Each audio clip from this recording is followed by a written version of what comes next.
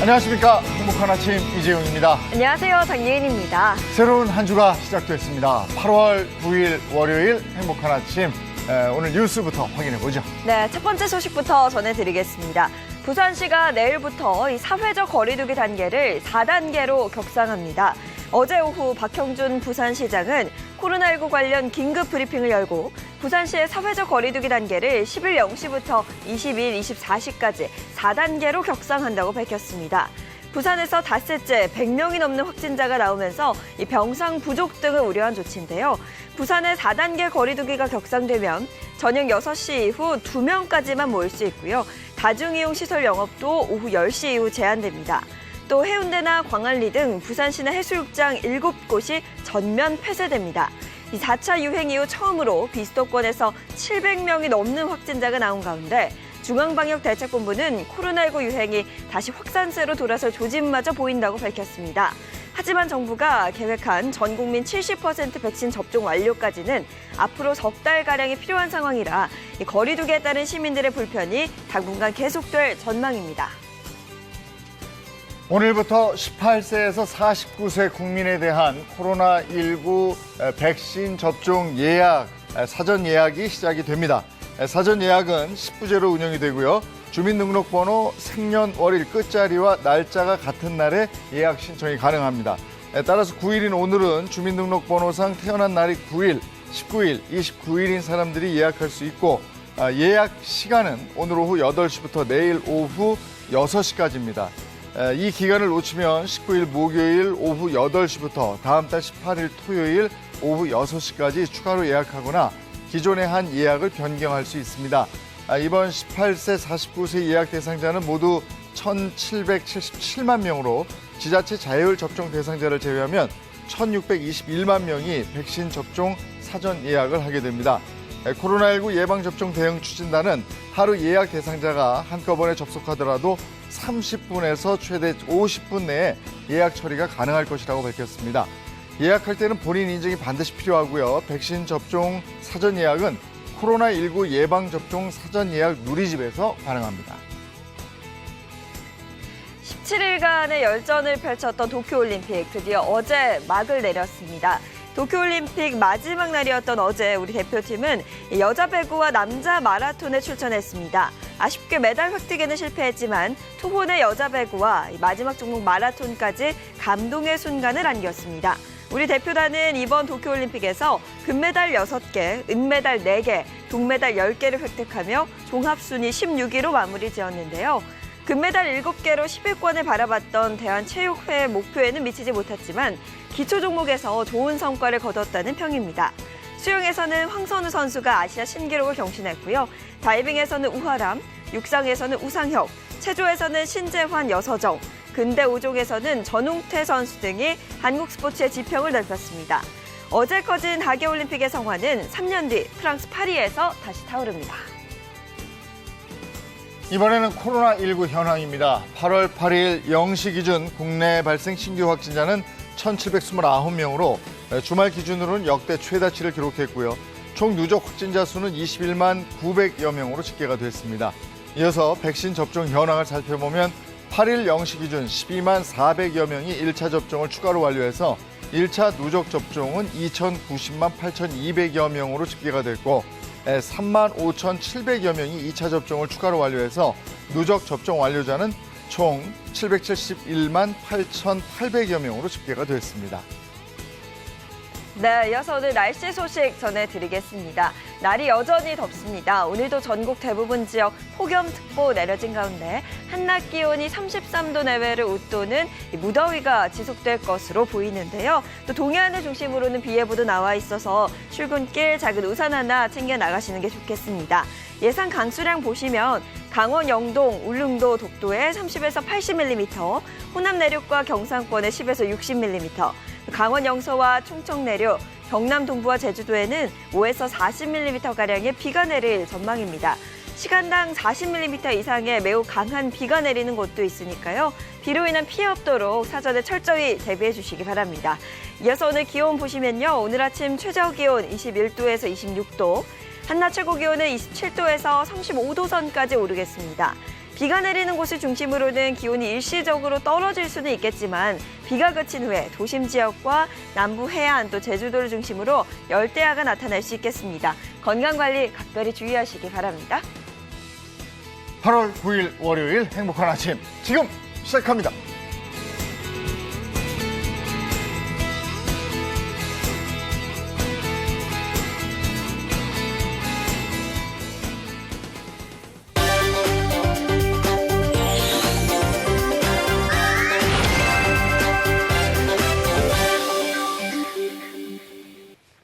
네, 행복한 월요일 아침 만들어줄 분들 소개해드리죠. 박수림 씨 어서 오세요. 이정수 씨 어서 오세요. 반갑습니다. 네, 반갑습니다. 네, 안건우 기자 함께합니다. 반갑습니다.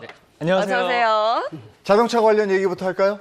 네, 오늘 자동차 소식, 올림픽 소식과 함께 전해드리겠습니다. 바로 어제 17일간 뜨거운 승부를 벌였던 올림픽이 결국 폐막을 했죠. 네. 네. 진짜 올림픽 보면서 열심히 응원하면서 코로나는 잠시 잊었어요. 네. 너무 좋더라고요. 네. 네. 진짜 이제 무슨 재미로 살아야 되는지 모르겠습니다. 정말 저녁마다 치킨에 올림픽 보는 재미겠어요. 낙이 없어, 이제 낙이 없어. 너무 좋았죠. 정말 이번 올림픽 코로나19 때문에 그러니까 직접 관람은 할 수가 없었잖아요. 맞아요. 그게 조금 아쉽긴 했는데 그래도 안방 일렬에서 목이 터져라 응원을 해주신 그 두 분 계셔서 우리나라 선수들이 좋은 성적을 거둘 수 있었던 것 같습니다. 그 중에서도 특히 우리나라의 효자 종목이죠. 전통적인 효자 종목 바로 양궁이 또 양궁. 네. 엄청난 빛을 발했습니다. 네. 한 외신이 한국을 무자비한 양궁의 나라라고 그렇게 표현을 또 정도로. 했다고 해요. 진짜 무자비하다고 네. 표현할 만큼 우리나라가 잘하긴 잘했어. 잘하더라고요. 아, 그럼요. 어쩜 그렇게 잘하는지. 뭐 쐈다면 10점 대전이니까. 네. 그러니까요. 믿고 보는 양궁이란 말이 있었는데 근데 또 다른 나라 선수들 경기 보면 우리나라 선수들이 되게 쉽게 하는 거다라는 생각이 들었어요. 그러니까. 그게 좀 문제인 것 같아요. 너무 네. 쉽게 하니까 네. 그냥 그렇게 하는 게 당연한 것 같은 느낌도 들어요. 네. 그런데 이게 발사선과 관역 간의 거리가 진짜 멀다고요. 네. 진짜 현장에서 보면. 그래서 네. 관역에 활을 맞추는 것조차도 정말 어려운 종목이 바로 이 양궁이라고 하는데요. 보통 중계방송에서는 선수들 얼굴하고 관역만 나오잖아요. 네. 그러니까 이 거리를 가늠하기가 힘들거든요. 그래서 요거를 제가 좀 느껴보시라고 사진을 좀 준비를 했어요. 사진 함께 보시죠. 아, 네, 바로 이 저렇게 영상인데요. 멀다고요? 저렇게 멀어요? 네, 여기 보시는 곳이 양궁장이에요. 네. 발사선에서 관역까지 거리가 무려 70m라고 하고요. 아유, 저 버스 11대. 예. 일렬로 오, 쭉 진짜? 세우는 거랑 같은 거래요. 그러니까 여기서 지름 12.2cm의 10점 표적을 명중을 시키는 겁니다. 정중합니다. 대단한 거예요. 정말. 내용 알고 보니까 진짜 우리 선수들 대단하네요. 네. 아, 그런 줄 알았어요, 저는. 예. 네. 야, 저 멀리서 오는 버스 번호도 안 보이는데 저게 그러게. 7대 길이라면서요? 아. 네, 그렇습니다. 이렇게 힘든 경기를 40여 년간 계속 정상의 위치를 유지를 해왔던 거잖아요. 그래서 과연 어떤 훈련을 어떻게 하기에 이렇게 정상을 유지하는 건가 궁금해하시는 분들 많으실 겁니다. 그 비결은 바로 선발전에서만 수천 발을 쏘는 선수들의 엄청난 훈련량 그리고 거기에 더해서 네. 체계적이고 과학적인 훈련이 있다고 합니다. 여기 훈련에는 놀랍게도 자동차에 들어가는 미래 기술이 또 숨어 있다고요. 그래요? 네. 양궁 훈련법이 자동차 미래 기술하고 무슨 연관이 있어요? 되게 이해가 안 생소하시죠? 되는데. 네. 생각보다 되게 많은 한국의 최첨단 자동차 기술들이 녹아 있다고 합니다. 이 훈련에 적용되는 기술이요. 그 중에서도 오늘은 한국의 양궁 훈련을 키운 3가지 자동차 기술을 좀 소개를 해드리려고 합니다. 네. 첫 번째는 이번 올림픽에 처음 도입되면서 상당히 그 호응을 얻었던 그런 거예요. 네. 바로 심박수 측정 장비입니다. 이번 올림픽은 영상 카메라를 통해서 선수들의 얼굴의 미세한 변화를 측정해서 실시간으로 심박수를 중계를 했죠. 선수들의 긴장감이 그대로 전달될 수가 있었는데요. 네. 여기서 놀라운 장면이 나왔어요. 네. 일반적으로 성인이 편안한 상태일 때 심박수가 분당 60에서 한 100회 정도라고 하거든요. 60에서. 그런데 대표팀의 남자 양궁 김우진 선수가 네. 70에서 90대 낮은 심박수를 아. 했다고요. 그러니까 전 기계가 고장난 줄 알았어요. 아. 진짜 그러니까 침착한 거죠. 네네. 승부가 팽팽해지니까 뭐 상대팀 선수는 심박 뭐 160회 이렇게까지 올라가기도 했는데 이 정도면은 뭐 거의 트레드밀 그러니까 러닝머신을 뛰는 정도라고 하더라고요. 와. 상당히 숨이 찬 상태인데 네네. 김우진 선수는 너무 낮다 보니까 이게 올림픽 이후에 수면 상태 아니냐. 자는 게 아니냐. 심박수라는 네. 별명까지 얻었다고 예. 합니다. 그런데 이 심박수 측정 장비를 선수들은 올해 2월부터 이미 훈련에 적용을 해서 해왔거든요. 그래서 역시. 누구보다도 네. 익숙하게 대처를 할 수가 있었죠. 이 기술은 자율주행차에 적용되는 센서 인식 기술을 통해서 심박수를 측정하고 평정심 유지에 활용하는 그런 훈련이 됐는데요. 어떤 식으로 훈련을 했는지 영상으로 준비했습니다. 자, 대표팀 선수들이 실제 올림픽을 앞두고 훈련을 했던 모습이에요. 네. 보시면 아래로 숫자가 뜨고 있죠. 그렇죠. 저게 선수들의 현재 심박수 상태입니다. 선수들의 얼굴에 혈관 수축에 따라서 미세한 색상 변화가 나타나거든요. 오. 그걸 감지하고 네. 뇌파를 검출하는 겁니다. 근데 훈련을 하는 동안에도 심박수가 지금 보시면 아시겠지만 안정적이잖아요. 네, 분당 예. 100회를 넘어가지 않아요. 네. 저건 이제 훈련도 있지만 좀 타고난 것도 있는 것 팬 같아요. 쏘고 있고. 네, 원래 그러니까 심장이 잘 안 뛰는 거 아니에요? 원래 수면 심박수 태어나기를 이야. 그런 것 같은 느낌이 드는데 선수들 평정심 유지에 이런 심박수 측정 장비가 유용하게 쓰였던 건 사실입니다. 그런데 이제 선수들 신체에 직접 접촉을 해서 측정하는 건 불가능하니까 여기에 이제 자동차 센서 인식 기술이 들어가는 거예요. 이게 어떤 거냐면 자율주행 차량은 보통 이제 신호를 사람 눈처럼 인식을 하게 되거든요. 그러면서 자율주행을 하게 되는데 네. 차로도 그렇게 자연스럽게 변경을 하고 또 유턴도 하고 그게 아주 세밀한 센서 인식 기술입니다. 이 기술로 안면 인식에 대한 알고리즘을 만들어서 선수들의 얼굴에서 드러나는 긴장감을 측정을 하는 겁니다. 그러니까 사실 심박수 변화가 중계에 노출된다는 것만으로도 집중력이 떨어질 수가 있잖아요. 맞아요. 그렇죠. 하지만 선수들은 이런 훈련 과정을 미리 겪었기 때문에 경기에도 당황하지 않을 수 있었다고 합니다. 처음 본 기술인데 우리 선수들은 벌써부터 네, 이 기술을 네. 이용해서 훈련을 하고 있었군요. 네, 그렇습니다. 예. 자, 이제 두 번째 기술 소개를 해드릴 텐데요. 두 번째 기술은 바로 활과 관련된 기술입니다. 예. 사람마다 손 모양이 다르잖아요. 네. 손 모양이 다른 만큼 선수들이 자기 손에 적합한 활이 필요한데요. 그래서 활의 중심에 덧대는 일종의 그립이라고 하거든요. 이 그립을 선수들이 직접 만들었다고 해요. 네? 그동안에는 직접 깎았다고 합니다. 실제로. 그런데 문제는 활이 소모품이라 잘 부러질 수 있다는 건데요. 그러면 손에 맞지 않는 그립으로 경기를 하게 돼서 제 기량을 발휘하지 못하는 경우가 있다는 겁니다. 야, 그 올림픽 같은 큰 경기에서 그러면 진짜 낭패겠는데요. 그렇죠. 그래서 그걸 이제 타개를 하기 위해서 최신 기술이 적용이 된 겁니다. 바로 3차원 프린팅 기술을 통해서 이 활 손잡이 그립을 제작을 한 겁니다. 오. 이 기술은 자동차 공장에서 부품 검사를 하거나 디자인 연구를 할 때 주로 많이 사용이 됐는데요. 국내 한 자동차 그룹에서 3차원 스캐너로 제작한 맞춤형 그립을 선수들에게 제공을 했다고 합니다. 이 3D 스캔은 지난 2016년 리우 올림픽부터 적용이 됐고요. 실제로 오진혁, 김우진 선수가 이 그립을 사용을 하고 있습니다.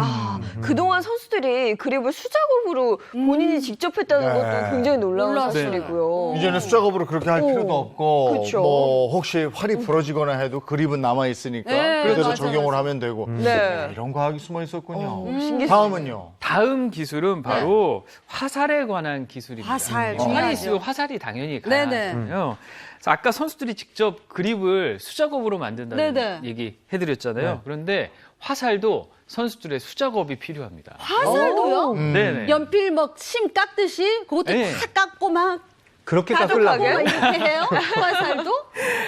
그렇게까지 하지는 않고요. 처음에는 선수들에게 화살대는 줘요. 네, 그럼 화살대를 주면은 거기에 여러 가지 조립을 하는 과정에서 선수들이 직접 작업하는 과정들이 숨어 있다고 합니다. 먼저 선수들이 자기 팔 길이에 맞춰서 화살대를 자르고요. 작고 날카로운 화살촉을 조립을 합니다. 아하. 그리고 화살 꼬리에 있는 깃도 각을 맞춰서 붙여주고요. 끝으로 화살대에 본인 소속과 이름을 쓰는 것으로 화살 마무리가 됩니다.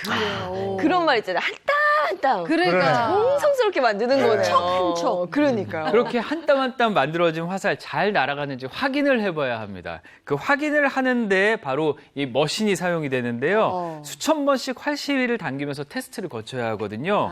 불량 화살이 없는지 걸러야 하기 때문이죠. 이제 첨단 기술 시대이기 때문에 최상의 품질 화살을 선별을 하기 위해서 우리나라 기술을 슈팅 머신이라는 기계로 불량 화살을 찾아낼 수 있다고 슈팅 합니다. 머신. 네, 어떤 슈팅 기계인지 머신. 제가 화면으로 준비했거든요. 네. 화면 보시죠.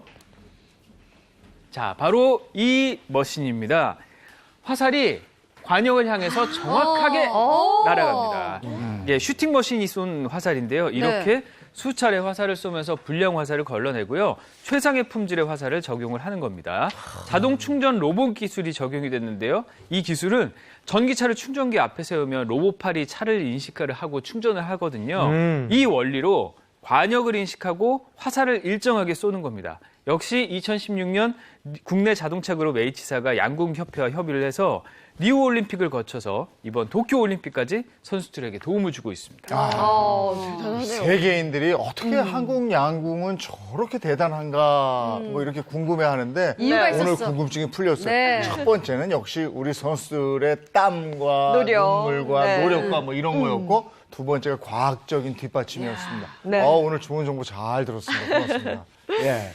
자, 이번에는 우리 주변에서 일어나는 사건, 사고를 법의 관점에서 풀어보겠습니다. 그 법이 알고 싶다.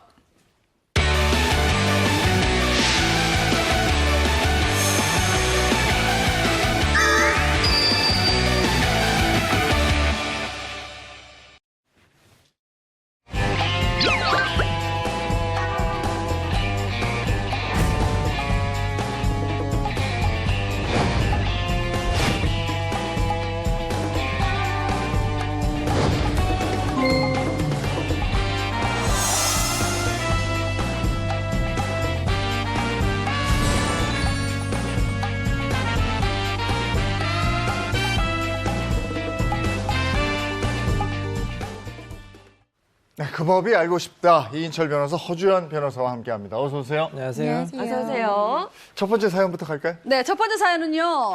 이거 닦은 물로 재료 손질한 음식점. 아이고, 저 아까 화면에 나오는 거 보면서 아유, 이랬는데. 이거 논란 있었죠. 진짜 네. 닦지 말자. 아, 물 닦지 말자, 닦았을까요? 좀 제발 보셨겠지만 아? 잘 닦은 물로. 참 정말. 한 음식점에서 일어난 일이고요. 네. 사연을 꽁트로 준비해봤습니다. 자, 손님 역할은 이재용님, 알바생 역할은 이정수 씨, 사장 역할은 제가 하도록 하겠습니다. 이 사연은 실제 사건을 바탕으로 재구성했습니다. 사연 속으로 끄끄! 저는 족발집을 운영하는 사장입니다. 단골 손님도 많고 별점도 높고 이 동네에서 정평이 나 있는 맛집이죠. 최근엔 너무 바쁘다 보니까 알바생도 여러 투입해서 열심히 일을 하고 있었습니다.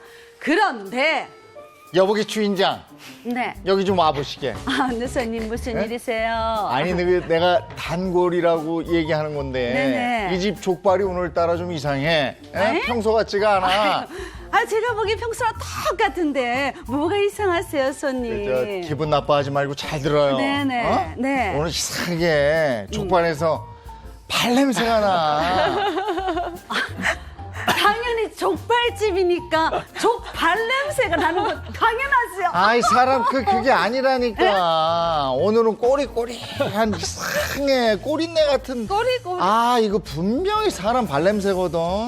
내가 여기 저 아시잖아. 나 15년 단골이야. 족발 냄새하고 내가 발냄새하고 구분을 못 하겠어. 여보세요, 손님. 손님도 아시잖아. 제가 얼마나 철저히 위생 신경 쓰는 거 아시잖아요. 아, 여름철이라 김치가 좀 쉬었나 보죠, 뭐. 제가 금방 새김치로 바꿔드릴 테니까 다시는 그런 꼬리꼬리 요런 거 얘기하지 마세요. 아니라니까. 진짜 이게 이거 발냄새인데. 그만해라, 콰이어. 아, 진짜 꼬리꼬리. 음식 맛이 이상하다는 단골의 말에 그냥 착각이겠거니 하고 넘겼습니다. 그리고 나서 새로 고용한 알바생이 일을 잘하고 있는지 지켜보러 간 저는 부엌에서 믿을 수 없는 광경을 목격하고 말았습니다. 덥다. 족발만 신경 쓰느라 내 발을 신경을 못 썼네. 더워. 여기 물에다가 발을 담궈야겠다. 아우, 시원해. 살 것 같다. 오 마이 갓! 지금 뭐 하는 거야?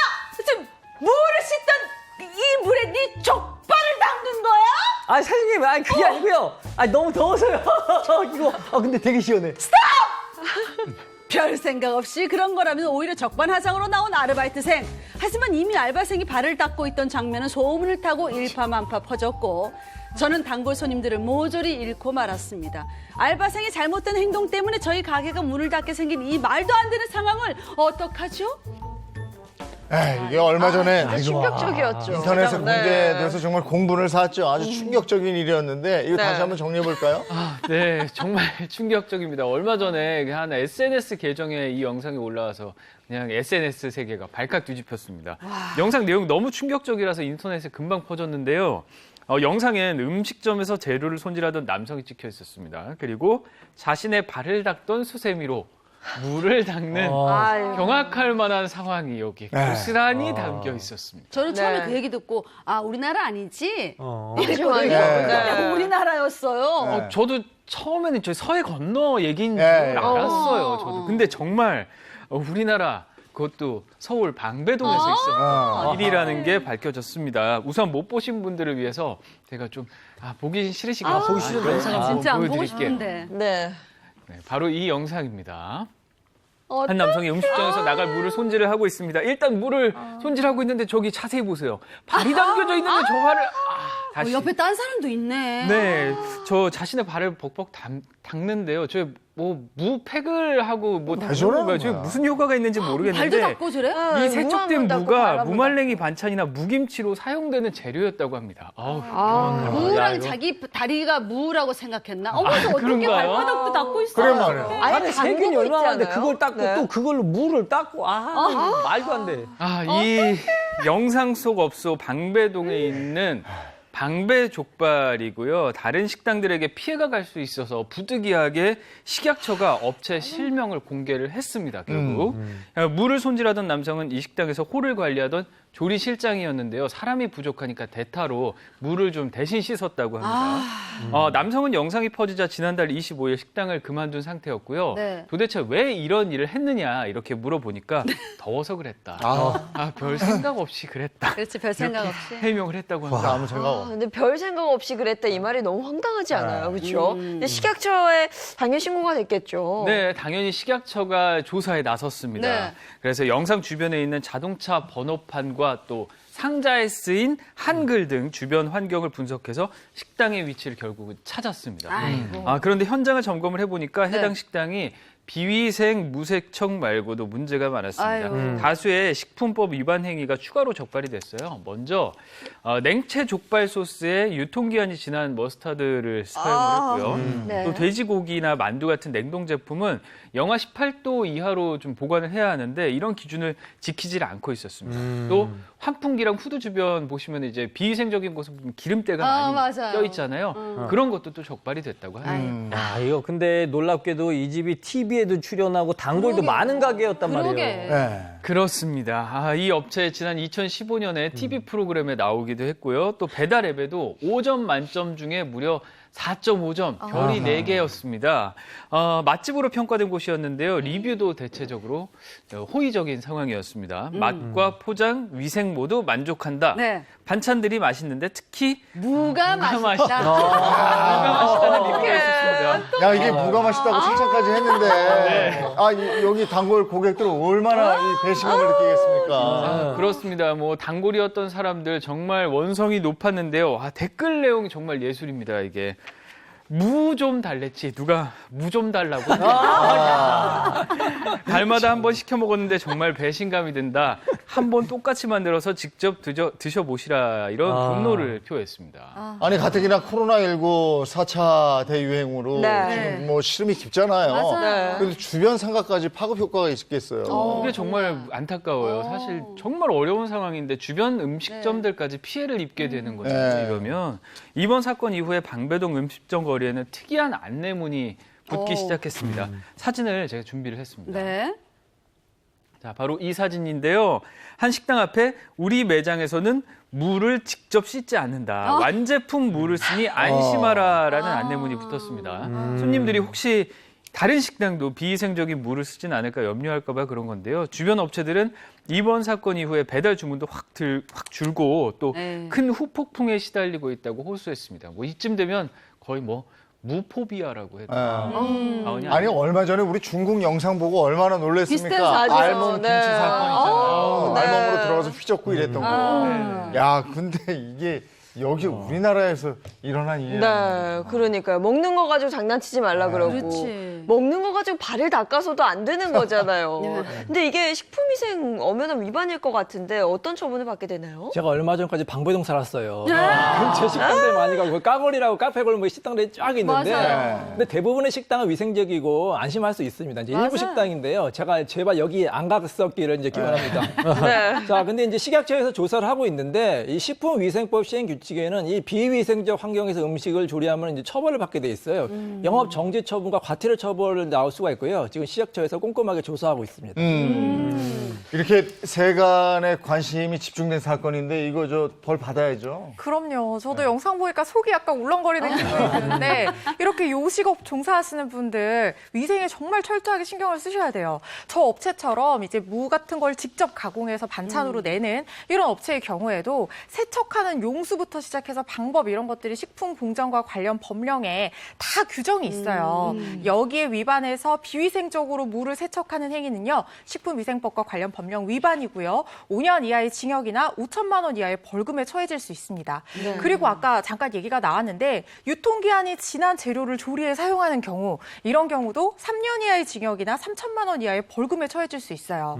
근데 현실적으로 이렇게 처벌 수위는 좀 높게 규정이 돼 있지만 몇백만 원 수준의 과태료에 그치는 경우가 많아서 사실 솜방망이 처벌이 아닌가 이런 시각들이 많은 것도 사실이에요. 아니, 근데 아까 영상보다 전 놀랐던 게 뭐 이렇게 발 닦을 때 옆에 누가 있지 않았어요? 있었어. 정말 사장이 몰랐을까 이런 생각도 들던데요. 예리하게 보셨네요. 예, 영상 속에 등장하는 또 다른 인물은 고용된 또 다른 직원이었어요. 아하. 그런데 해당 조리실장이 보스였습니다. 그러니까 직급이 높으니까 그러니까. 이 비위생적인 행위를 보고도 저걸 어쩌나 그러니까 이렇게 말 못한 하면서도 거지. 별다른 말을 못한 거예요. 하지만 뭐 식당의 사장은 이 사실을 자신이 결국 모르고 있었다고 얘기를 했고요. 알게 된 뒤에는 해당 직원을 해고를 했다고 또 강력하게 주장을 했습니다. 식약처는 비위생적인 관리를 몰랐다고 주장한 데 대해서는 수사를 통해서 정확하게 확인을 하겠다 이렇게 밝혔습니다. 어쨌든 사장이니까 그 식당의 지휘 책임이라는 게 있을 거고. 맞아요. 네네. 근데 사장이 진짜로 몰랐다면 글쎄 어떻게 그 처벌할 수 있어요? 어떻게 해요? 근데 만약에 식당이라든지 이런 곳에서 사고가 나면 네. 일차적으로는 사장이 책임지는 거예요. 네. 사장이 책임지고 이제 그 책임 부분에 대해서 다시 이제 구상을 청구할 수가 있습니다. 잘못을 한 이제 직원에게 구상을 청구할 수가 있는데, 근데 이제 사장이 책임지려면 관리 책임이 있어야 되는데 이 사장의 직원이 이렇게 발을 닦는다는 거 예상할 수 있었겠어요? 도저히 예상 바뀌잖아요. 네. 그때는 이제 매출 감소로 인한 그런 피해 보상을 이제 이론적으로는 직원에게 청구가 가능한데 직원이 자력이 없을 경우에는 실질적으로는 이 배상을 못 받는 그런 결과가 나올 수도 있습니다. 만약에 사장이 이걸 알고도 그럴 리 없겠지만 네. 알고도 방치하거나 용인했다 이런 경우라고 하면 이 변호사님 말씀하신 것처럼 당연히 책임을 져야 돼요. 구체적 근거 규정이 이제 민법 756조에 보면은 관리자인 사용자는 피용자인 근로자나 종업원이 제3자, 그러니까 손님에게 손해를 끼치는 것을 이제 하지 않도록 제대로 주의를 기울여서 관리해야 될 의무가 있다고 규정을 하고 있거든요. 근데 그런 걸 알고도 방치를 해왔는데 손님이 이걸 먹고 탈이 나서 손해배상을 청구했다. 이런 경우라고 하면 당연히 사장과 종업원이 같이 연대해서 책임을 져야 되고요. 네. 손님에게 직접 손해액을 전부 이 배상해줘야 되는 그런 상황이 생길 수도 있는 거죠. 이게 외식업체 이 위생 논란이 잊을만 하면 올라오고 잊을만 하면 올라오고 올해 유독 이런 사례가 좀 많은 것 같아요. 네. 그렇지 않아요? 그렇습니다. 지난 3월에도 이런 일이 발생을 해서 발칵 뒤집혔던 적이 있어요. 네. 부산의 한 돼지국밥집에서 먹다 남은 깍두기 다시 쓴 적이 맞아요. 있어요. 기억나요. 네. 네, 그 모습이 인터넷 생방송 도중에 딱 걸렸습니다. 해당 가게 식품위생법 위반으로 15일에 영업정지 처분이 내려졌고. 네. 그러니까 유튜브에서 생방으로 가게 홍보하고 있는데 저거를 하는 게 그냥 나갔단 말이에요. 하던 대로 한 거야. 그냥 하는 거예요. 네, 맞습니다. 습관이 무섭죠. 네. 네, 또 최근엔 유명 햄버거 프랜차이즈죠. 또 김밥 프랜차이즈에서 연달아서 위생 문제가 맞아요. 발생하면서 소비자들이 엄청난 불만을 터뜨리고 있습니다. 네. 특히 철저한 위생 관리가 이루어져야 할 계절이 바로 여름이잖아요. 그런데 이 여름에 이런 일이 발생을 하니까 외식업계에 좀 위생 불감증이 만연한 거 아니냐 이런 좀 불안감도 나오고 있는 상황입니다. 근데 이런 사건 있을 때마다 매번 식약처가 뭐 단속하고 감시하고 할 수가 없잖아요. 맞아. 이거 방법이 없을까요? 그 현실적으로 정말 어렵습니다, 식약처도. 그래서 이 사건이 매우 이례적이라는 걸 식약처도 강조를 하고 있습니다. 그리고 대부분의 업소가 식품위생법에 따른 사항을 준수를 잘 하고 있기 때문에 믿어달라. 하지만 네. 발견하면 빠른 신고를 해야 한다 이렇게 맞아, 당부를 했습니다.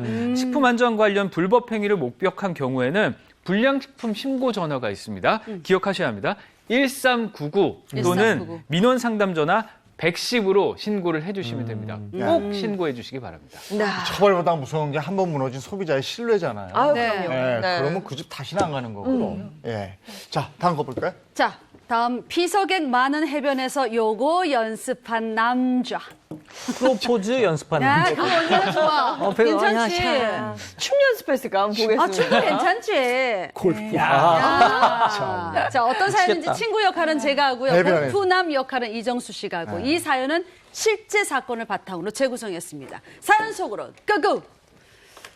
골프에 살고 골프에 죽는 저는 요즘 걱정거리가 생겼습니다. 코로나 때문에 골프장을 못 가다 보니 저의 스윙 실력이 나날이 떨어지는 겁니다. 게다가 어제 친구 녀석이랑 오랜만에 스크린 골프를 쳤는데 아니 글쎄 친구 녀석이 이제 저보다 더 골프를 더 잘 치게 된 거 있죠? 나이스 샷. 아이고 친구 미안하네. 좀 살살 하려고 했는데 내가 홀인원을 하고 말았네. 아니 전에 밥 먹고 골프만 쳤나? 왜 이렇게 실력이 늘었나? 자네 어디서 몰래 연습이라도 했나? 이게 자네만 알고 있으라고. 사실 그래. 내가 비밀 장소에서 골프 연습을 매일같이 쳐왔다네. 그 쬐끄만 실내 연습장보다 넓고 아늑한 야외 연습장 더 좋지 않은가? 그럼 그렇지. 역시 비밀 장소가 있었구만. 나도 같이 데려가 주게. 그동안 자신만 아는 곳에서 남몰래 골프 연습을 해왔다는 친구. 저는 친구와 함께 그 비밀 장소로 이동했습니다. 그리고 부푼 마음으로 목적지에 도착했는데 옆에서 웬 파도 소리와 함께 갈매기 소리가 들리지 않았어요? 아니 이 영락 없는 갈매기 소리는 아니 친구 여기는 바닷가 해수욕장이 아닌가? 그렇다네. 이 해변이 나만의 골프 연습장이 아니란 말인가?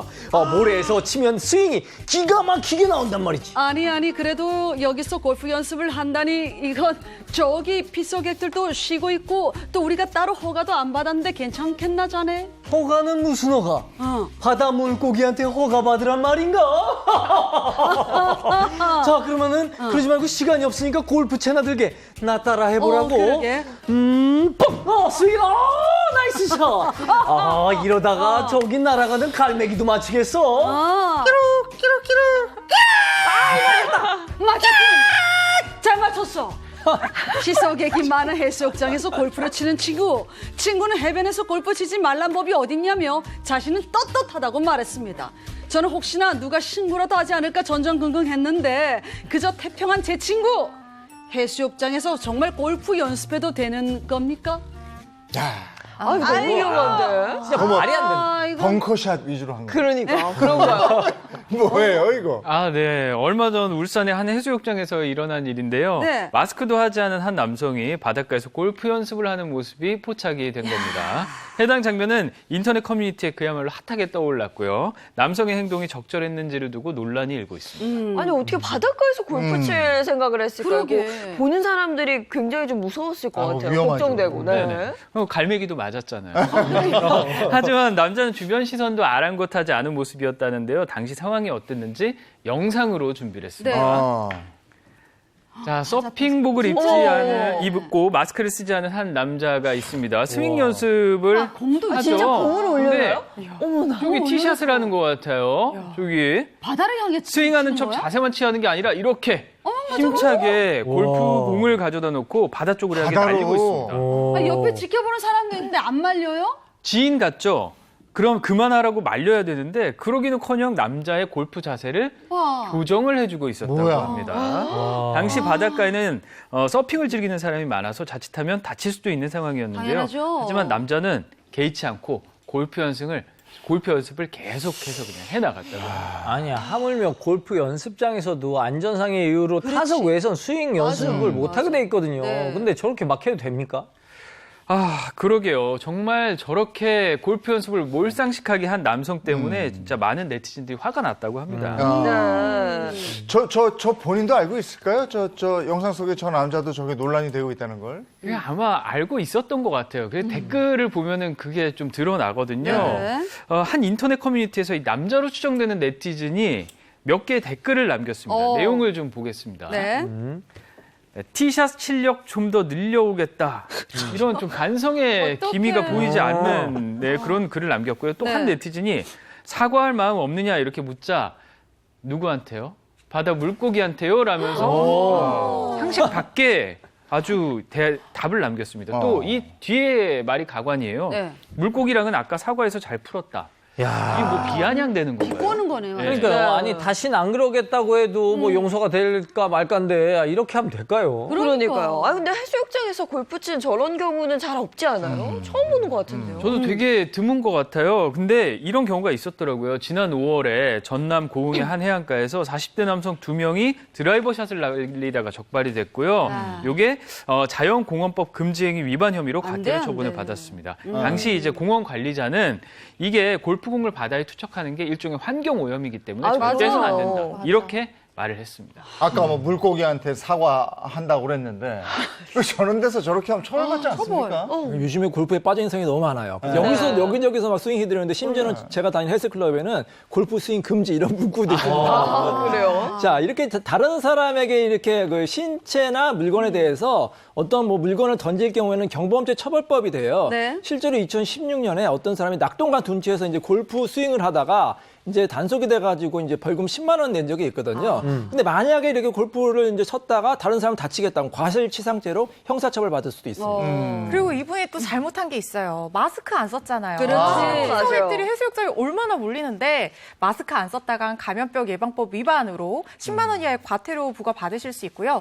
또 일부 지자체에서는 굉장히 강하게 행정명령으로 방역수칙 권고하고 시행하는 곳이 있기 때문에 이런 곳에서는 최대 벌금 300만 원까지도 물게 될 수 있다고 하시니까 꼭 마스크 끼시기 바랍니다. 골프공 잘못 맞으면 무기잖아요. 혹시 날아온 골프공 때문에 피해 입으신 분들 종종 있지 않을까요? 이게 얼마나 아파요. 골프공 단단하잖아요. 실제 제주 시내 한 골프 연습장 인근에서 발생한 일인데요. 네. 날아오는 골프공으로 시설물이 파손됐습니다. 태양광 시설 망가졌고요. 그리고 차량 유리 얼마나 두꺼워요. 차량 유리도 깨졌습니다. 골프 연습장은 어머. 그물망을 설치했지만 구멍이 생겨서 공이 자꾸 빠져나간다고 해명을 했는데요. 무기라니. 하지만 해당 주민들 불안할 수밖에 없습니다. 그러니까 이 동네 주민들은 골프 때문에 골이 아프겠네. 진짜. 아니 자동차 유리를 깰 정도인데 사람한테 맞으면 정말 큰일 나죠. 네네. 이거 정말 큰일 나겠는데 이거 처벌은 어떻게 돼 있어요? 뭐 저 같은 경우에도 골프만 치면 헛스윙 쳐가지고 공이 여기저기 날아가는데 실제 이런 일이 있었어요. 2019년에 이제 골프 연습장에서 어떤 사람이 저 같은 사람이 있었나 봐요. 골프를 딱 쳤는데 네. 이 골프공이 천장을 맞고 옆에 있는 사람을 사용합니다. 크게 다쳤거든요. 그래서 그 사람이 이제 골프 연습장을 상대로 손해배상 청구를 했는데 법원에서는 골프 연습장에게 책임이 있다고 봤어요. 이게 안전 펜스라든지 안전 조치 의무를 다해야 되는데 그렇지 않은 경우에는 이제 골프 연습장에 책임을 지고요. 또 문제가 되는 거는 이제 골프 연습장 주변에 이제 그 소음 피해. 그런 경우 굉장히 많거든요. 그래서 소음 장치를 하지 않은 경우에 역시 인근 주민들에게 피해 배상을 할 수도 있습니다. 그러네. 그리고 골프 치는 개인이 주의를 잘 기울이지 않아서 골프 공을 사람에게 맞춰서 다치게 하는 이런 경우 과실치상죄 성립을 하게 되는 거죠. 실제로 이런 사례가 있었어요. 골프 경기 중에 무리하게 스윙을 하다가 앞에 있는 사람도 아니고 8m 뒤에 있는 경기 보전을 공으로 맞춰서 다치게 한 거예요. 이 사람 벌금 200만 원 선고받았거든요. 과실치상죄 성립하면요 500만 원 이하 벌금에 처해질 수 있으니까 주의하셔서 경기하셔야겠습니다. 그리고 아까 그 해변에서 스윙하는 분 보니까 앞에 있는 분도 뭐 별소리 못하고 막 이러는 거니까 네. 동네에서 소위 얘기해서 방귀깨나 낀다는 사람이 그럴 수도 있죠. 그런 것도 한번 면밀히 따져봐야 될 사람인 것 같아요. 네. 자, 다음 거 가죠. 자, 누가 술집에서 쪽지를 누가 술집에서 쪽지를 보냈나? 알바생? 누구였을까요? 알바가? 할아버지가? 할아버지가? 20대 꽃다운 여자들 역할은 저와 장혜인 씨가 하고요. 할아버지 역할은 이정수 씨가 해주십시오. 이 사연도 실제 사건을 바탕으로 재구성했습니다. 사연 속으로 고고! 꽃다운 20대 청춘인 저는 남자들과의 연애에는 도통 관심이 없습니다. 그저 스트레스를 받으면 친구랑 조촐하게 맥주나 한잔 마시면서 대화로 풀곤 하죠. 그날도 친구랑 같이 집 근처 술집으로 갔던 날이었습니다. 야, 수림아. 나 진짜 우리 회사 그 이재용 부장 알지? 나 진짜 듣기 싫어. 짱나, 정말 짱나. 너무 짜증나, 진짜. 짱나. 야, 우리 같은 20대는 남는 게 시간인 줄 아나 보지? 자, 스트레스 받지 말고 한잔하자. 그래요? 좋다. 야야. 응. 근데 저 남자 어? 꼭 너희 부장이랑 닮았다, 그치? 아니야. 저분 부장이 아니라 거의 회장님쯤 되시겠다. 나이 많아 보이는데? 제 실례합니다. 숙녀분들 긴히 드릴 말씀이 있는데. 너무 기력이 없으셔. 이거. 에? 야, 갑자기 옆자리에 있던 할아버지가 우리에게 조용히 쪽지를 건네는 겁니다. 혹시나 우리 대화를 엿들었을까 봐 저는 잔뜩 긴장을 했죠. 그런데 쪽지에는 전혀 상상할 수 못한 내용이 적혀 있었습니다. 이게 뭐야? 2차 사드릴까요? 원룸방에 숙녀 2분을 모시고 싶은데? 어머! 할아버지!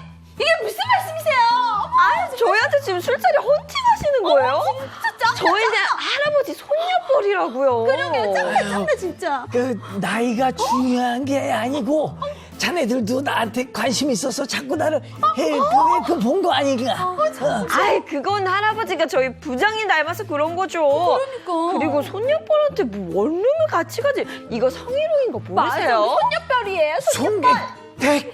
송이는 무슨 그냥 자꾸 아늑한 원룸에 같이 가서 재미있게 술 마시자는 건데 이게 뭐가 성희롱이야? 이게 고얀 것들. 할아버지 너무 무서워. 스크래치 영감 같아. 아버지를 넘어서 할아버지 뻘 되는 노인이 손녀 뻘 되는 우리들한테 헌팅 쪽지를 건넨 겁니다. 너무 부끄럽고 수치스러운데 할아버지는 오히려 당당하더라고요. 사랑은 죄가 아니잖아? 이러면서요. 당당히 나오는 할아버지. 이거 정말 죄가 아닌가요? 이거는 좀 아니지 않아요? 할아버지가 아깝네요. 술집에서 쪽지를 건넸다. 좀 실수하셨다. 이거 어떻게 된 겁니까? 네, 한 인터넷 커뮤니티에 올라온 글입니다. 젊은 여성 2명이 술을 마시고 있던 상황에서 옆자리에 앉아있던 한 남자에게 쪽지를 받았다고 합니다. 자신과 함께 술을 마시자는 이른바 술자리 헌팅 쪽지였고요. 그런데 여성들은 2가지 이유로 크게 당황했다고 합니다. 네. 첫 번째, 남자가 여성들의 할아버지 뻘이었다는 것. 또 2번째, 쪽지의 내용이었습니다. 쪽지 내용이 방금 저희가 꽁트로 했던 꽁트했던. 혹시 그 내용 네. 쪽지에는 남자가 여기에 가서 술을 같이 먹자고 제안을 했는데요. 네. 바로 자신의 아늑한 원룸이었다고 합니다. 당시 여성들이 받았던 쪽지가 사진으로 올라왔는데요. 함께 보시죠. 자, 여기는 당시 여성들이 있던 장소고요. 맞은편에 앉은 백발의 손님, 바로 헌팅남입니다. 쪽지에는요. 2차 사드릴까요? 원룸방에 숙녀 2분을 모시고 싶은데 라는 내용과 숙녀 2분이라 피차 부담 없을 텐데 동의하시죠? 라고 적혀있었습니다. 아니 술을 먹고 싶으면 그냥 우리 같이 좀 마실까요? 뭐 이 정도면 애교를 봐줄 수 있는데 네. 어디 가서 먹자 이렇게 쪽지를 보낸다는 건 진짜 이건 아닌 것 같아요. 그러니까요. 본인의 뭐 아늑한 원룸에 가자 이런 말 자체가 좀 잘못된 것 같은데 진짜. 이거 성희롱 아닐까요? 그러니까 만약에 이제 할아버지가 여성들의 뭐 신체를 만졌거나 하면 성추행으로 당연히 처벌이 네네네. 가능한데 이제 말로써 이렇게 성희롱하는 거는 형사처벌 규정은 없어요. 그리고 뭐 음악 반포성, 뭐 음란성이 있다고 봐서 처벌하기도 어렵고 다만 이제 계속해서 이제 귀찮게 할 경우는 민사 책임을 물 수는 있습니다. 이게 이제 불쾌한 내용이긴 할 텐데 이게 어떻게 다투기는 좀 애매한 모양이죠. 그렇죠. 이게 성희롱으로 성희롱으로 인정이 될 수 있어요. 원치 않는 과도한 구애행위도 성희롱이 될 수 있거든요. 이게 성희롱이라고 하는 게 어떤 음란한 성적인 그런 의도를 담은 발언을 해서 상대방에게 성적 수치심이나 혐오감을 일으킨 경우에 해당하는 그런 행위잖아요. 근데 문제는 형사처벌 규정이 마땅한 게 없어요. 대신에 이제 예외적으로 피해자가 미성년자인 경우라든가 통신매체를 이용한 경우라든가 직장 내에서 일어난 경우에는 관련 개별법의 처벌 규정이 있습니다. 그런데 행동으로 하는 추행이 아니라 말로 하는 이런 희롱은 형법에 직접적인 처벌 규정이 없는 것이 사실이에요. 네. 아니 근데 전 이런 것도 걱정돼요.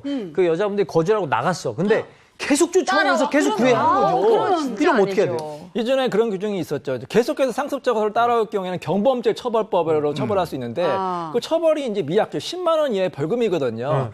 근데 제 생각에는 이 할아버지 형사 처벌하기보다는 좀 병원에 보내야 될 것 같아요. 본인은 나이를 착각하는 것 같아. 가끔 이런 분이 계시거든요. 그래서 좀 치료를 받으시기 바랍니다. 네. 꼴불견 성희롱 사례들 주위에 좀 있지 않습니까? 보면 그렇습니다. 종종 있더라고요. 작년에 서울대 입구역 통화남 사건이 있었습니다. 한 40대 남성이 스마트폰을 귀에 댄 채 누구와 대화를 하는 상황이었는데 그 대화를 하는 척을 하면서 근처에 있는 여성들을 성희롱한 사건이었습니다. 뭐 음란한 얘기를 했겠죠. 출근 시간대면 서울대 입구역에서 나타나서 범행을 저질렀거든요. 네. 그래서 인근 여성들이 정말 오랫동안 불쾌함에 시달려야 했습니다. 결국 이 통화남 잠복한 경찰에게 덜미가 딱 잡혔습니다. 대박. 자, 덜미가 잡혔어요. 이제 네. 처벌하게 될 텐데 어떤 처벌을 받게 됩니까? 이 사람 행위가 이제 경범죄 처벌법상 이제 불안감 주성행위가 이제 해당을 하게 되는데 이것도 처벌이 문제는 높지 않아요. 현행법상 10만 원 이하의 벌금, 구류 또는 과료에 처할 수 있다. 이렇게 규정이 되어 있거든요. 근데 제 친구가 작년에 서울대 입구역에서 이 사람 살아가지고 이 사람 실제로 봤대요. 피해를 당했던 통화남을요? 거예요. 네, 그래서 너무 무서워서 이 친구 이사 갔거든요. 그러니까 이 여자들 입장에서는 이런 게 뭐 직접적으로 가해를 안 한다고 하더라도 공포감이 피해자들 입장에서 당연하죠. 어마어마하거든요. 두렵죠. 네. 근데 처벌 수위가 생각보다 높지 않은 거죠. 낮다. 네. 그리고 이 사람이 알고 봤더니 강제추행 전과가 있었던 그 성범죄 전과자였던 겁니다. 근데 이 처벌이 과연 실효성이 있느냐 이런 것에는 좀 의견이 분분한 상황입니다. 아니 근데 이 사건 같은 경우도 경찰이 잠복을 해서 열심히 잡았잖아요. 근데 뭐 이렇다 할 처벌이 없다니까 이게 굉장히 허무하거든요. 사실 올 초에 스토킹 처벌법이 생겼잖아요. 네. 그런데 이 법의 경우에는 의사에 반해 정당한 이유 없이 상대방을 계속 따라다니면서 공포심을 유발한다는 행위에 대해서 처벌을 하는 거였거든요. 이 또한 지속 반복적으로 이루어져야만 처벌이 가능합니다.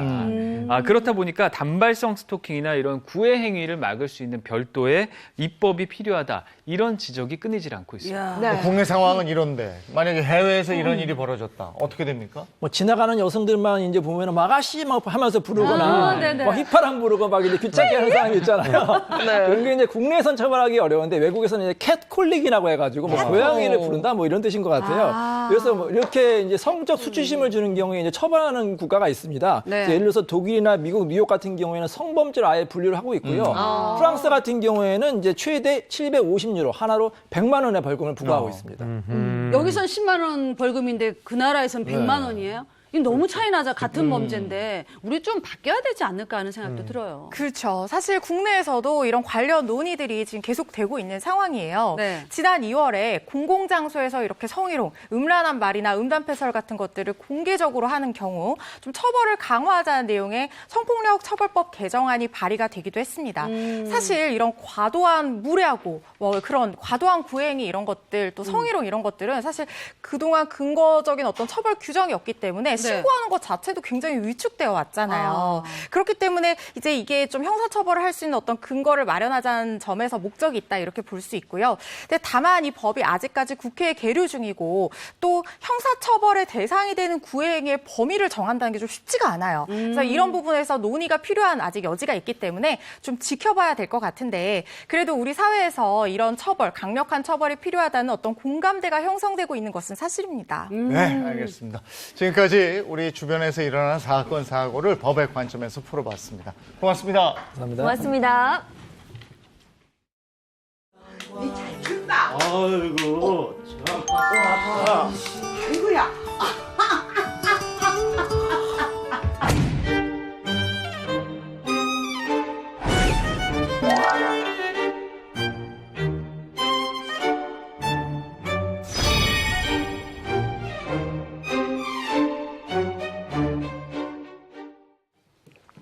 이번에는 살면서 겪는 모든 고민을 속 시원하게 풀어보도록 하겠습니다. 인생 Q&A 2호선의 용한 상담소입니다.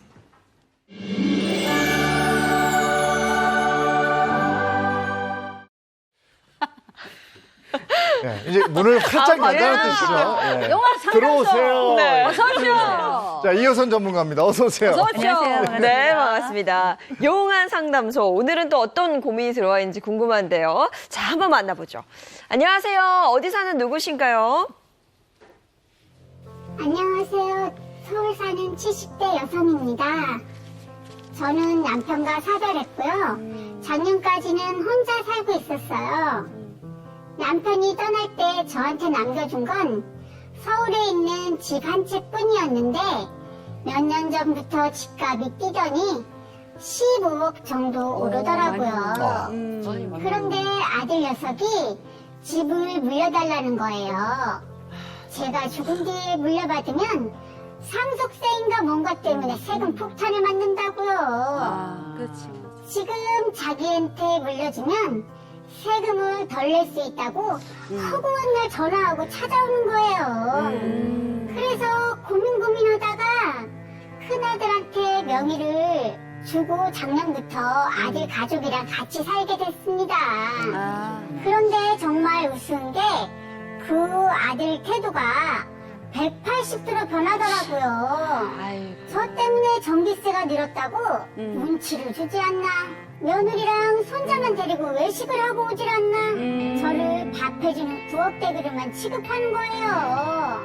제가 하가 치밀어서 딸한테 하소연했더니 딸은 또 자기랑 상의 없이 오빠한테 집명의를 주는 게 어딨냐며 저보고 알아서 하랍니다. 아휴, 제가 너무 오래 살아서 자식들한테 이런 꼴을 당하나 봐요.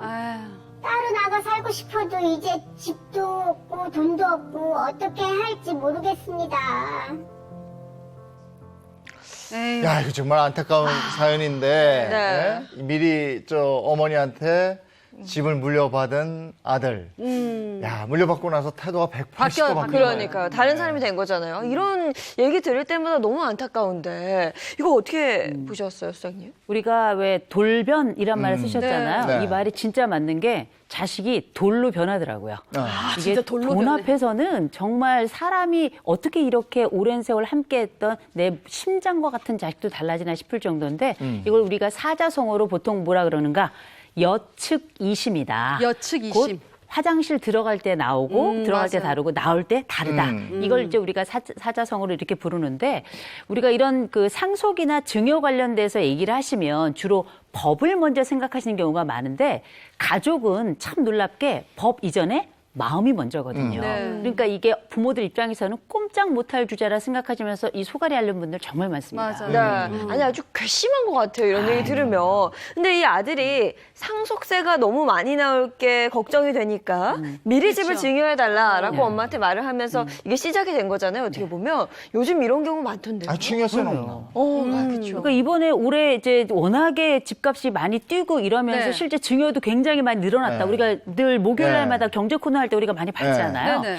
그런데 생각해 보면 이 부모하고 자식 간의 관계에는 다른 일반 거래하고 다른 게 있어요. 그게 뭐냐? 담보가 없습니다.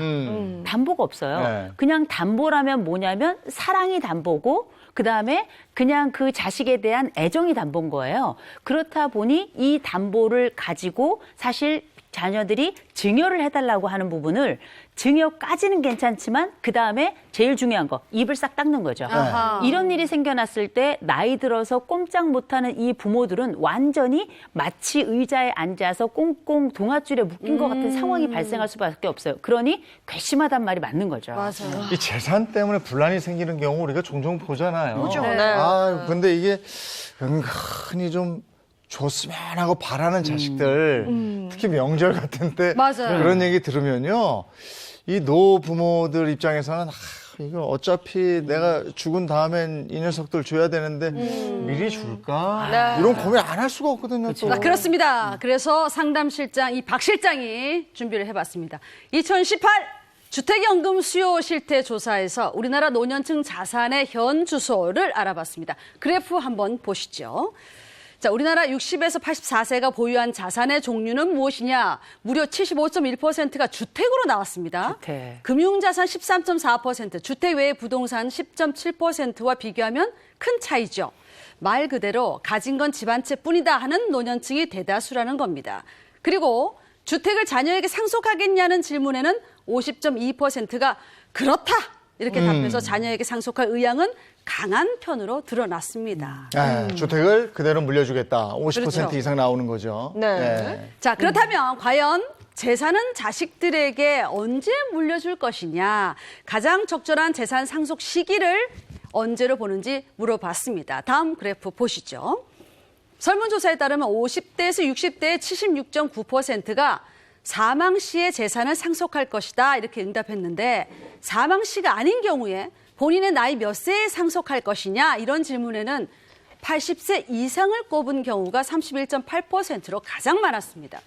과거에는 자식에게 미리 상속을 해주던 편이었는데 요즘은 60, 70대 부모들도 늦게까지 재산을 좀 지키려는 경향이 좀 강해졌다고 볼 수 있죠. 그럼요. 요즘 네. 100세시기도 하고 그럼요. 100세 시대이기도 하고 또 은퇴 이후의 삶이 워낙 길어졌잖아요. 네, 네. 그래서 뭔가 이런 경제권이나 재산을 주지 않고 좀 오랫동안 자녀들을 뭐랄까요? 좀 이렇게 오고 싶을 때 좀 부르고 얼굴 영향력을 보고. 행사하는 거. 그렇죠. 그러고 싶으신 네. 분들이 많은 것 같아요. 옛날에 우리가 많이 했던 얘기 중에 하나가 뭐냐면 베개 밑에 통장 넣고 죽는다. 이런 얘기 베개 많이 밑에. 했었어요. 어르신들 사이에. 네. 근데 그만큼 우리가 사실 재산이 넘어간다는 것 자체가 자식은 사랑스럽지만 재산이 넘어간 다음이 굉장히 힘들고 어려웠다. 이런 고백들이 많아지면서 네. 사실 그런 안타까운 유머 같은 게 나온 거거든요. 근데 가만 생각해 보면 우리가 실제 자식들하고 함께 살아가며 젊은 시절에 늘 했던 이야기가 있어요. 그게 바로 뭐냐? 월급이 쥐꼬리다. 이런 얘기 했었는데 이제 이 쥐꼬리 월급을 모아가지고 나이가 들면 재산도 그냥 쥐꼬리예요. 아하. 그런데 이걸 가지고 말씀하셨던 것처럼 명절이 되면 조금 있으면 이제 추석 다가오잖아요. 네. 그러면 벌써 자식들이 눈치로 은근히 이제 재산 얘기 꺼내고요. 맞아. 은근히 증여 얘기 꺼내고요. 이렇다 보면 부모들 입장에서도 이 베개 밑에 있는 통장을 내놔야 되나 말아야 되나 이런 고민하시면서 마음에 서로 크게 드러나지 않는 마음 줄다리기가 이어지는 경우가 굉장히 많거든요. 아마 고민 안 해보신 부모님들 많지 않으실 텐데 한 가지 분명한 건 있습니다. 우리가 80세쯤 넘어간다, 80세쯤이면 재산을 넘겨주는 게 좋겠다 판단하시잖아요. 영생할 수도 있습니다, 저희가. 그래서 진짜 신중하게 고민하셔야 돼요. 네, 왜냐하면 이제 그 아이들이 와서 뭐 돈 쓸 일 있고 막 이러면요. 네. 아버지, 집 깔고 앉아 있어 봐야. 그러니까. 이게 그리고 지금 언제까지 오를 것 같습니까? 뭐 작년 추석에 못 만났을 수도 있고 이런 네, 얘기 했을 네. 거예요. 네. 올 추석이면 1년 사이에 또 이만큼 올랐거든요, 집값이. 그러니까 여기에 대한 얘기를 할 거예요. 네. 그래서 저희가 오늘 솔루션 주실 거죠? 그럼요. 예. 자, 재산 물려주자. 180도 돌변한 자녀들 이렇게 돼 있어요. 네. 여기에 대해서 어떻게 해야 될지 이호선 선생님이 학대를 멈추게 하라? 이 사례를 보시면서 아마 아유 세상에 재산 물려줬더니 어떻게 지들 전기세 나왔다고 그거를 약간씩 타박을 하고 어떻게 외식을 지들끼리 가서 이건 먹고 오는 게 아니라 보통 어르신들이 처먹고 온다 이런 얘기 하시는데 그만큼 마음이 상하셨다는 얘기거든요. 이건 뭘까요? 정서학대입니다. 정서학대가 함께 살기 시작하면서 사실상 혼자 계실 수밖에 없는 어머니를 두고 자기네들끼리 간다든지 혹은 특정하게 생겨난 이 전기세와 관련한 부분들을 어머님의 탓으로 일부 돌리는 것 같은 분위기를 조성한다든지 이거 정서학대에 해당이 되는 거고요. 또 한 가지 이 사건에서 아주 경제적으로 크게 나타나는 게 네. 경제적 학대가 지금 보이잖아요. 재산 다 가져갔어요. 가져간 다음에 이 나머지 부분에 대한 재산권이 넘어가 버리니까 어떤 경제적인 권리도 행사를 할 수 없게 된 겁니다. 이 부분 경제학대라고 볼 수 있고요. 생활비는 제대로 나오고 용돈은 제대로 나왔을까요? 그러게. 의심스럽습니다. 네. 그리고 또 한 가지가 있는 게 지금 오빠한테 재산을 다 줬더니만 무슨 일이 벌어졌는가? 딸이 속이 상했던 네, 거죠. 그렇죠. 그래서 뭐라 그러냐? 오빠한테 그렇게 나한테 나도 모르게 재산을 넘긴 다음에 엄마 이렇게 하는 거 나는 모른다. 이거 방임에 해당이 됩니다. 그러면 지금 현재 이 어머니를 중심으로 해서 정서학대 일어났죠. 경제학대 일어나고 있죠. 방임, 이 3종 학대가 함께 일어나는 현장이라고 볼 수 있기 때문에 이거 신중하게 보셔야 될 부분입니다. 네. 근데 애초에 혼자 사시는 엄마한테 와서 계속 집을 증여해달라고 막 강요한 거. 계속. 이거부터가 잘못된 거 아니에요? 이게 우리가 그 전에 우리 가스라이팅 얘기 한번 저희가 네, 한 적이 네. 있었어요. 네. 가족 간에도 가스라이팅 그렇죠. 있죠. 이 가스라이팅이라고 하는 게 이게 영어처럼 보이니까 그런데 가스등 효과라고 보시면 될 것 같아요. 우리나라에 옛날에 아주 일제시대 조금 지나서 한국전 끝났을 때까지만 해도 가스등이 있었죠. 네. 그랬다가 나중에 이제 우리가 시대가 변하면서 김연자 씨가 불렀던 수은등으로 이렇게 바뀌고 그다음에 지금은 뭐 다른 방식으로 바뀌었는데 네. 가스등과 관련한 게 영국의 극작가인 패트릭 해밀턴이라는 사람이 가스등이라는 연극을 상영을 하면서 거기에 어떤 상황이 벌어지냐면 희미해진 그 가스등 곧 그 불빛을 남편이 일부러 어둡게 한 다음에 아내가 너무 어두워요 그랬더니 이거 어두운 거 아니야. 어두운다는 당신이 착각하는 거야. 꾸준히 이야기하니까 이 아내가 어떤 현상이 벌어지면 내가 잘못됐나? 그렇지. 내가 잘못 파악하나? 또 혼란스러운 상황이 벌어지면서 사람을 은근히 정서적으로 조정을 해서 판단을 흐르게 하는 것. 이걸 일명 가스라이팅 혹은 가스등 효과 이렇게 부르는 거거든요. 그런데 이게 이른바 친밀한 관계에서 일어나는 일종의 정서폭력이다. 이렇게 보실 수 있는데 이게 가족 안에서도 일어나요. 네. 특별히 부모님께 어떻게 증여를 했더니 다른 집도 보니 세금이 더 적더라고요. 어머니 이게 합리적인 겁니다라고 끊임없이 이야기하면 처음엔 압력이라고 느끼지만 나중엔 이게 내가 판단이 잘못된 건가? 그게 맞는 건가? 이런 생각을 으로 옮겨가게 돼요. 일종의 이것도 가스라이팅에 해당이 된다라고 볼 수 있겠죠. 네. 집을 아들 명의로 해서 아들네 집으로 들어갔는데 3대 학대를 다 받은 거예요, 지금. 네. 어? 아들이 이런 버리장머리 없는 이런 아들은 초장에 그냥 싹을 그냥 팍 뽑았어야 되는데 이걸 제대로 못 하신 거야. 어디서 버리장머리 없게 말이야. 엄마한테 말이야.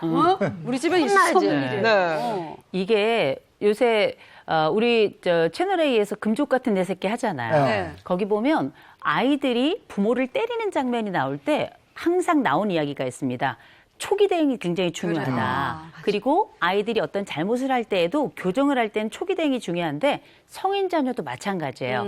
한 번도 경험하지 않았던 새로운 상황이 벌어지게 되면 그때 부모의 초기 대응도 굉장히 중요한데 아마 집을 명의를 넘기고 아들하고 집을 합쳤을 때 네. 그 부모를 엄마를 괄시하는 양상이 초반에 벌써 전조 증상이 있었을 거예요. 네. 그런데 어머니께서 에이 설마 그렇지. 설마 어허. 이렇게 하고 아마 넘기셨을 가능성이 굉장히 높습니다. 사실은 이럴 때 너 왜 이렇게 나한테 보이니? 혹은 왜 너 나에게 이런 말을 하니? 혹은 나한테 이렇게 했을 때 나 정말 섭섭했다? 이런 일종의 반응들을 조금 하셨으면 좋은데 아마 이걸 안 하셨을 거예요. 그래서 사실상 우리가 초기 대응을 잘하는 게 중요한 게 뭐냐면 꼭 이렇게 하라는 말씀은 아닙니다만 제가 상담했던 한 사례를 보면 이제 이분이 저한테 전화로 연락을 하셔서 네. 제가 전화 상담을 했던 케이스인데 자식이 증여를 해달라 그래서 혼자 계셨기 때문에 집을 다 증여를 했어요.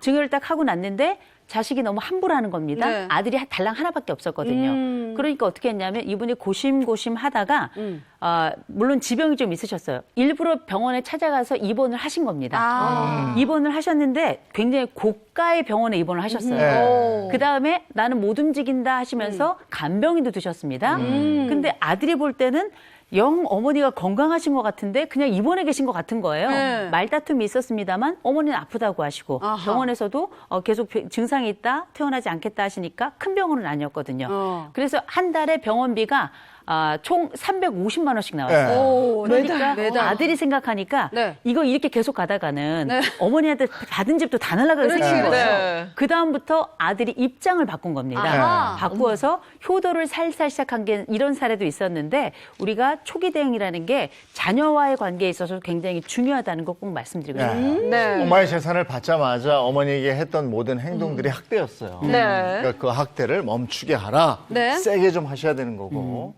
두 번째. 그리고 나서 엄마도 실수를 인정해라. 실수? 어머니께서 가장 큰 실수라면 아들을 무작정 믿으셨던 거예요. 네. 근데 우리가 저도 아들도 있고 딸도 있는데 우리가 자식이 남 믿으면 누굴 믿겠어요. 그런데 우리 자식이라고 하는 것도 나중에 성장해서 일가를 이루고 나면 참 딴 마음이 생겨나더라고요. 그리고 실제 이 어머니께서 아들을 전적으로 믿고 어떤 방어장치도 하지 않은 상태, 그 방어장치 중에 하나 뭐냐? 딸에게도 얘기하지 않았던 거예요. 논의 없이 아들만 믿고 그렇게 함께 들어가시다 보니까 사실상 이 아들에게 있어서는 굉장히 모든 전권을 받아가게 된 셈이고, 또 한 가지 더 넘어가자면 이 아들이 함부로 할 줄 모르셨겠죠. 뭐 그냥 좋은 아들이었을 수도 있으니까. 그러나 분명한 건 아들에 대한 과신은 그냥 성인 남성에 대한 과신이거나 마찬가지였던 거예요. 네. 그래서 혹여 증여와 관련해서 고민하고 계신 분들이 계시다면 무작정 아들이나 딸만 믿을 것이 아니고요. 반드시 전문가를 찾아서 어떤 방식으로 또 다른 대안 혹은 또 다른 준비 혹은 방어 이런 것들을 할 수 있는지 자식 모르게 살짝 알아보시는 거 굉장히 중요합니다. 네, 아니 진짜 해주신 말씀이 다 맞는 것 같아요. 딸의 입장에서도 충분히 섭섭할 수 있을 것 같고, 맞아요. 일단 이 어머니께서는 본인의 실수를 좀 인정을 하고 뭔가 새로운 모색을 할 필요가 있다 이런 얘기네요. 그렇죠. 아마 자식들 입장에서는 어머니에 대해서 어머니가 충분히 좋은 판단을 하실 수 있다고 생각하실 수 있습니다만 우리가 다 알잖아요. 나이가 들면 전두엽도 노화가 일어납니다. 그러면서 판단은 예전만큼 선명하지 않거든요. 맞아요. 네, 그렇다 보니 어머니의 정확한 판단이라는 것 자체도 일단은 제한적일 수 있다는 것. 그럼에도 불구하고 강요를 한다면 그때 어머니가 쉽게 넘어오는 건 당연한 거예요. 네. 이런 것들은 사실 자식들도 조심해야 될 문제고, 중요한 건 뭐냐면 이 집에 자녀들이 돌변한 원인을 찾는 게 굉장히 중요합니다. 자식들이 괜찮은 자식이었단 말이에요. 네네. 근데 갑자기 180도 돌변을 했잖아요. 왜냐? 이 자식들이 효도 규칙이 있었던 거예요. 이 집에는. 이 집, 아무 집이나 다 자식들이 마음이 좋아서 효도를 하는 게 아니라 효도가 가능한 환경이 그 집에 구축이 돼 있었던 건데, 어머니께서 사실 이걸 깨신 부분이 있어요. 그러면서 아들은 내게 정권이 왔다 생각하고 돌변을 한 거고, 딸 같은 경우에는 섭섭한 마음에 돌변을 한 거예요. 그러면 실제 이 효도의 규칙이라고 하는 건 우리가 생각하는 것처럼 효도만 끝나는 게 아니라 우애의 규칙도 같이 만들어요. 형제 간의 우애의 규칙도. 네네. 근데 효도 규칙이 깨지면서 우애의 규칙도 같이 깨져버린 거거든요. 근데 이거를 다시금 회복할 만한 하나의 환경을 만드는 거 굉장히 중요할 겁니다. 네. 그 효자 소녀 효녀였다고 동네에서도 소문났다는데 그러니까요. 옛날로 네. 돌아갈 수는 없겠습니까? 옛날로 돌아가는 게 쉽지는 않지만 분명한 건 효자하고 효녀가 있다면 이 효도에는 결국 마음의 문제인데, 이 마음에도 마음의 자리가 있어요.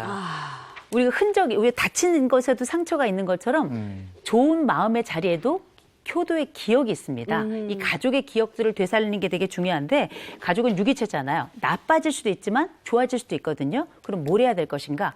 일단은 저는 몇 가지는 좀 해야 될 것 같은 게, 딸한테는 좀 미안하다는 얘기를 하셔야 될 것 같아요. 딸한테는. 예. 엄마가 사실은 잘 모르기도 했고 그냥 그런가 보다 하고는 그렇게 해서 너 많이 섭섭했지 얘기도 하셔야 되고요. 아들하고도 조금 만나실 필요가 있습니다. 그래서 실제 우리가 가지고 있는 가족의 변화가 가능하다는 걸 생각하고 제일 먼저 얘네가 어느 시점부터 부서지기 시작했는가. 그렇다면 내 아들의 특성, 내 딸의 특성을 한번 고려하셔서 먼저 그림부터 그리시길 먼저 권해드려요. 그 따님도요, 그 나중에 증여 재산에 대해서 유류분 청구하실 수가 있어요. 우리 배우 있잖아요. 유류분이라는 게 있습니다. 자, 아들에게 효도 리스트를 효도 줘라. 리스트를 줘라. 맞아요. 이거 근데- 방법이죠. 예, 근데 이게 유류분은 또 이게 유산으로 갔을 때 문제예요. 네. 증여는 또 달라요. 증여는 또 달라서 10년이 넘어간 안에 어머니께서 계속 이제 생존에 계시면 그냥 훌 넘어가고 끝인 거거든요. 네. 그래서 이게 이제 유류분으로 가려면 그저 10년 넘어가면 끝인가요? 예, 끝이에요. 그래서 이게 조금 다른 부분이라 요거는 변호사랑 반드시 상의를 해보셔야 돼요. 법이 안 좋다 해서. 네. 근데 이제 중요한 건 우리가 법은 마지막 순간에 쓰는 거고요. 그 전에 마음의 관계를 다루는데, 그 마음의 관계를 다룰 때 제일 먼저 하셔야 될 게 뭐냐면 말씀하셨던 효도 리스트라는 게 되게 중요한 게, 나는 이것을 원한다라고 말씀을 하셔야 돼요. 우리가 가만히 있는다고 해서 다 큰 아들, 잘 큰 아들, 똑똑한 아들이 알아채는 게 아니에요. 어머니 이걸 원하시는구나. 어머니 이걸 불편해하시는 거라는 걸 말씀을 해주셔야 아들만 아는 게 아니라 며느리도 알아요. 그래서 뭘 해야 되는가? 1대1로 만나셔야 됩니다. 1대1로 만나셔서 아들과 딸에게 각각 원하는 바를 구체적으로 말씀을 하시는데 이때 그렇게 상담 프로그램에서 많이 사용했던 I 메시지, 네. 나 전달법이라는 걸 사용하시면 좋아요. 나는 네가 이렇게 말하고 이렇게 행동했을 때 정말 내가 섭섭했어. 그렇죠. 행동은 너에 대해서 이야기하지만 마음의 섭섭함은 나를 중심으로 이야기하는 것. 이게 I 메시지라고 하는 거거든요. 그래서 한 번쯤은 요청하는 바를 정확하게 말씀하시는데 그건 뭘 얘기했냐면 우리가 지금까지 가지고 있던 가족의 규칙, 효도의 규칙을 다시 되살리는 첫 번째 방법인 거죠. 네, 이거 말해야 알아요. 그렇죠. 말 안 하면 이게 쉽게 알 수 있는 부분이 아니기 때문에 당연히 말을 좀 해야 될 것 같고 근데 구체적으로 해야 되죠. 이렇게 해도 안 통할 경우에 최후의 수단으로 쓸 수 있는 방법은 뭐가 있겠습니까? 우리가 이제 많이 들었던 게 있죠. 네. 일명 불효자 방지법. 네. 에 관련된 이야기를 하는데 이게 아직은 계류 중이라서 법으로 확정된 건 아니에요. 네. 그래서 우리가 많이 쓰는 게 뭐냐면 효도계약서라는 걸 썼잖아요. 효도계약서 우리 어머니들 많이 생각하시죠. 어떻게 그걸 써? 이미 합쳐졌어. 그러게. 이렇게 생각하실 수 있는데 그러나 그럼에도 불구하고 제가 아까 말씀드렸죠. 1대1로 만나셔야 돼요. 그래서 내 마음의 섭섭함을 전달하시면서 동시에 원하는 걸 한 번쯤 이렇게 적어서 보여주시는 것도 좋고요. 혹은 문자로 야, 내가 너에게 이렇게 사실 최선을 다해서 내가 살아온 모든 것들을 너에게 넘기면서 이렇게 했는데 나 이런 거 원한다. 함께 해줄 수 있겠니? 라고 문자나 아니면 톡이나 아니면 글자로 써서 이렇게 하시면 아들이 예 그래야겠습니다. 왜냐 이게 효자의 그 흔적이 남아 있거든요. 그렇죠, 맞아요. 그래서 구체적으로 요청을 해서 그 리스트대로 함께 하신다면 어쩌면 이게 효도계약서인데 분명한 건 뭐냐?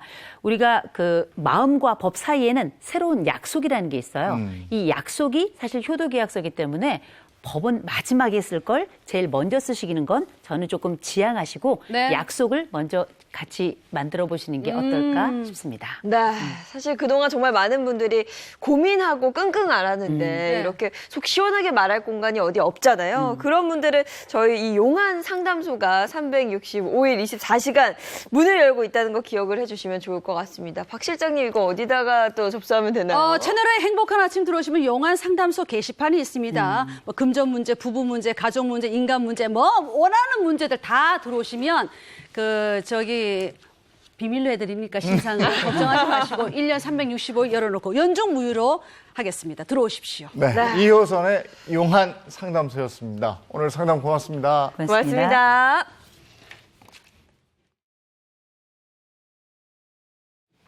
어제는 창문 열어놓으니까 그래도 네. 비교적 시원한 바람이 좀 들어오던데 그러고 보니까 지난 토요일이 입추였어요. 저도 그거 확인하고 정말 깜짝 놀랐거든요. 어쩐지 좀 바람이 차졌다 네. 싶기는 했는데 이제 좀 날이 풀리는 게 아닌가 싶기도 한데 기온상으로는 오늘도 33도를 웃돌면서 폭염의 기세가 네. 있다고는 합니다. 이럴 때 건강 상하기 쉬우니까요. 관리 철저히 하시기 바랍니다.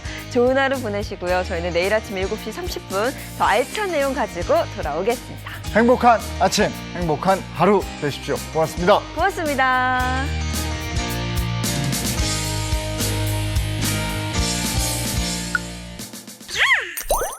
채널 A